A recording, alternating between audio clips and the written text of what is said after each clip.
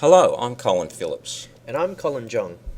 In this module, we introduce the idea of a differential equation and give some practical examples of where they are used. Then we examine and motivate what it means to solve a differential equation, and lastly we work through some practical examples of solving differential equations.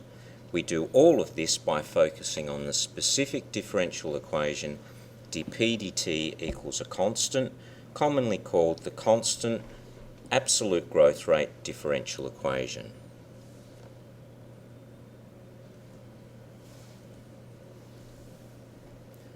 Slide 1.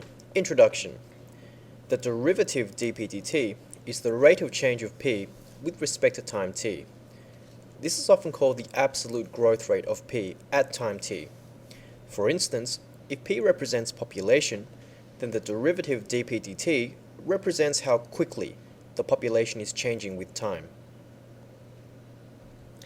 If the absolute growth rate is constant, then we write this in mathematics as the derivative dp dt is equal to some constant a. This is called a differential equation because it has a derivative, and it is called an equation because it has an equals sign. Throughout these modules, we shall call this specific differential equation the constant absolute growth rate differential equation.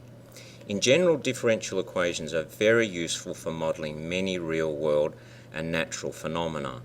For example, differential equations are used for designing aircraft, bridges and cars. Differential equations have also allowed us to understand more about rainforests, rivers, oceans, the atmosphere, planets, stars, solar systems and galaxies. Differential equations are often used to predict the behaviour of some of these very complex systems, and some people spend their whole lives exploring a special case of just one differential equation.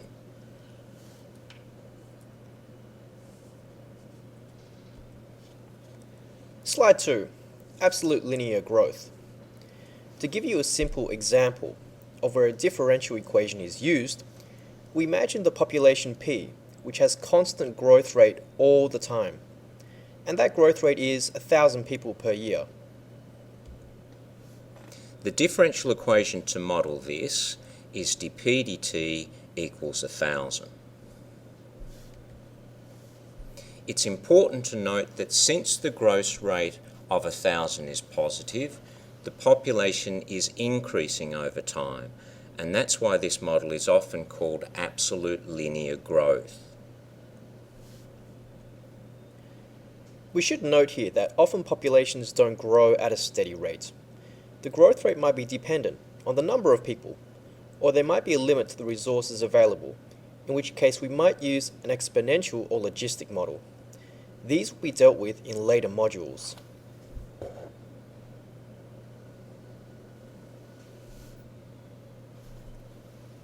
Slide 3, absolute linear decay. If the growth rate is negative, then the population, or whatever quantity, will decrease with time. We call this absolute linear decay. For example, if someone's been drinking, it's useful to know when they can legally drive again. You'd think that if somebody was very drunk, their body would remove alcohol more quickly. But it is known that an average person metabolizes alcohol at a rate of about 13 milliliters per hour, no matter how drunk they are. We might say the amount of alcohol in an average person decays at a constant rate of 13 milliliters each hour. In mathematics, if A represents the amount of alcohol, we could model this by saying that the rate of change of alcohol, or dA dt, is equal to minus 13. That is, the absolute growth rate of negative 13 is negative, so that the alcohol in the body is decaying.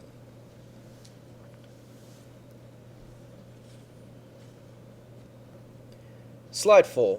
Solving the differential equation.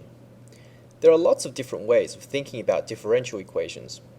One way is to think about the differential equation as asking a question. For the differential equation dp dt equals 2, The question is,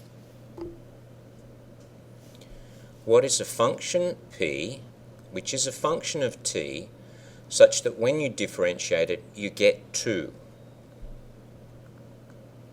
One function that answers this question is the linear function p of t is equal to 2t, because when we differentiate this function, we do indeed get 2. Another function that answers this question is the linear function p of t is equal to 2t minus 1, because the derivative of this is also 2. Another answer to this question is the linear function p of t equals 2t plus 3. each of these functions satisfies the differential equation. They are all called particular solutions to the differential equation.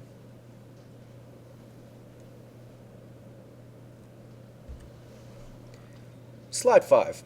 Solving the differential equation graphically. Another useful way of picturing a differential equation is to think about them graphically. This particular differential equation can be thought of as asking the question, what is a function p, which is a function of t, whose graph has a constant slope of 2 everywhere? One such function is p of t is equal to 2t, whose graph is a straight line with gradient 2 that cuts the y-axis at 0. Another function that answers this question is p of t is equal to 2t minus 1. This graph is also a straight line with gradient 2, but it cuts the y-axis at minus 1. Another answer to the question is p of t is equal to 2t plus 3.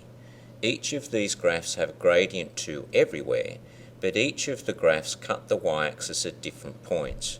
Again, each of these answers are called particular solutions to the differential equation.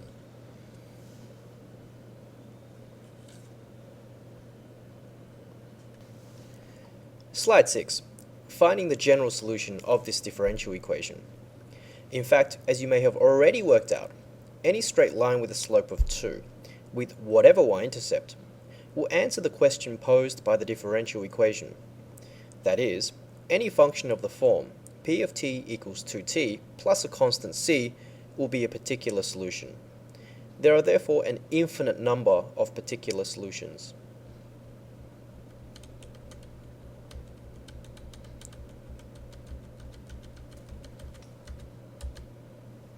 Importantly, the only functions whose graphs have a constant slope are linear functions. So p of t is equal to 2t plus a constant are the only solutions to this differential equation. Therefore, p of t is equal to 2t plus c is the most general solution. For this reason, we call p of t is equal to 2t plus c the general solution to the differential equation. In this course, we will be especially interested in finding general solutions to differential equations.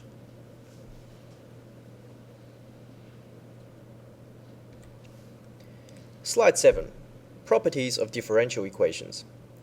Here are some important facts about the general and particular solutions of any differential equation. The name general solution is used for the most general solution of a differential equation.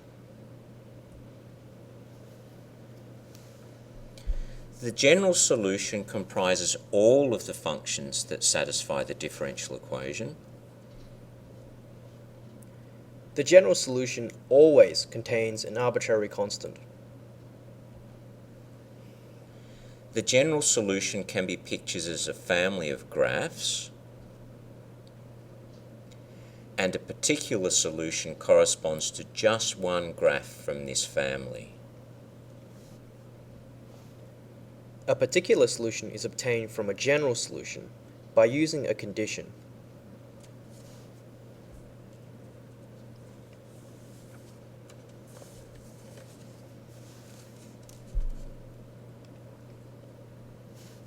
Slide 8, example number 1. To consolidate what we've learnt so far, let us solve a couple more constant absolute growth rate differential equations. These examples will be presented in a double column format where the left-hand column corresponds to the basic theory and the right-hand column corresponds to the theory applied to our example. For our first example, we want to find the particular solution to the differential equation 2 times dp dt equals 4, given the condition that p of 0 equals 1. In general, we will follow the same steps in solving a differential equation. The strategy is to first find the general solution of the differential equation.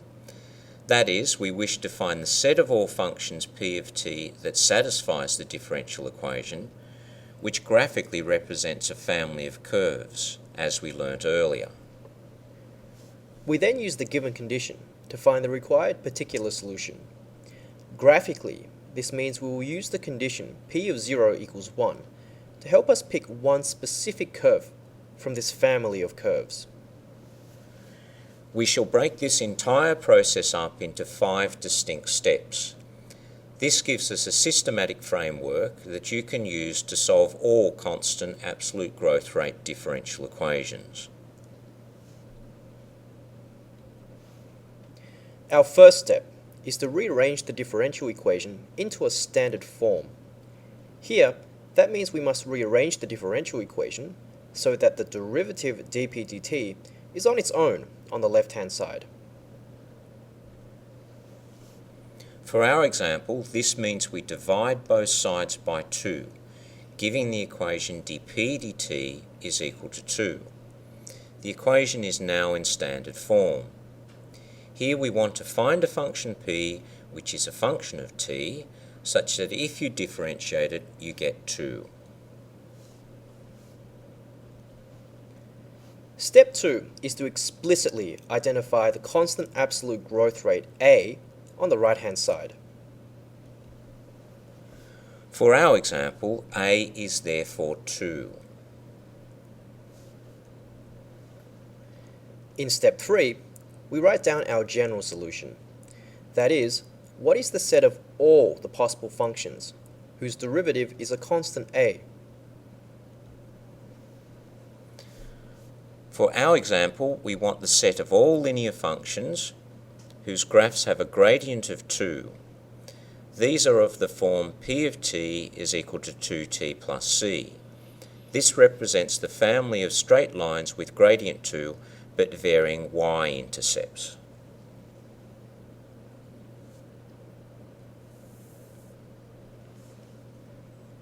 Since we're looking for a particular solution, we must identify what the arbitrary constant c is, using the provided condition.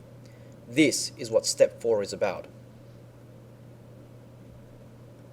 What is the given condition? For our example, it's p of 0 is equal to 1. This means that when t equals 0, p is equal to 1. Graphically, this means the straight line p of t must go through the point 0, 1. We then substitute this condition into the general solution, which for our example gives 1 equals 2 times 0 plus the unknown constant c. We then solve for c in the resulting equation, which for our example gives c equals 1. In summary, we have found the condition p of 0 equals 1 means that c must be 1. If p is a population and t is time, then t equals 0 means initially in words. For our example, the condition p of 0 equals 1 is telling us the population at time 0. The population at time 0 is often called the initial condition. The final step is to substitute the constant into the general solution, which gives us the particular solution.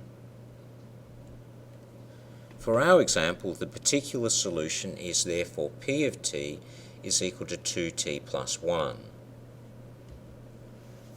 To summarise, we have found a particular function p, which is a function of t, that satisfies the differential equation dp dt equals 2, and the extra condition that p of 0 is equal to 1. Graphically, we have found a particular straight line graph with gradient 2 that goes through the point 0, 1.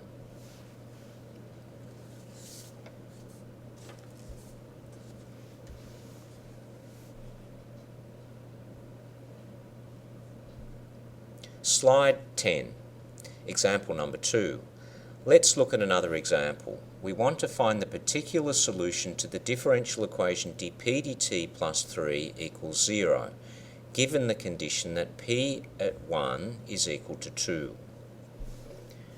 We shall use the same 5-step process as above, where we first find the general solution in steps 1 to 3, before finding the particular solution in steps 4 and 5. We first put the differential equation into standard form by subtracting 3 from both sides, giving dp dt is equal to negative 3. Therefore, we want to find a function p, which is a function of t, such that if you differentiate it, you get negative 3. We then explicitly identify the constant absolute growth rate a on the right-hand side, which in this case is negative 3. Knowing A, we can now write down the general solution, which is p of t equals negative 3t plus an arbitrary constant c. This represents the family of straight lines with gradient negative 3. We now use the given condition to find the arbitrary constant. The condition is p of 1 equals 2, which means that when t is 1, p is 2. Graphically, this means the straight line p of t goes through the point 1, 2. Substituting this condition into the general solution, we get 2 is equal to negative 3 times 1 plus c. Solving for c in this equation, we get c equals 5. So in summary, we have discovered that the condition p of 1 equals 2 meant that c turned out to be 5. The final step is to substitute c equals 5 into the general solution, which gives us the particular solution p of t is equal to 2t plus 5. To summarize, we found a particular function p, which is a function of t, that satisfies the differential equation dp dt equals negative 3, and the extra condition that p of 1 equals 2. Graphically, we have found a particular straight line with gradient minus 3 that goes through the point 1, 2.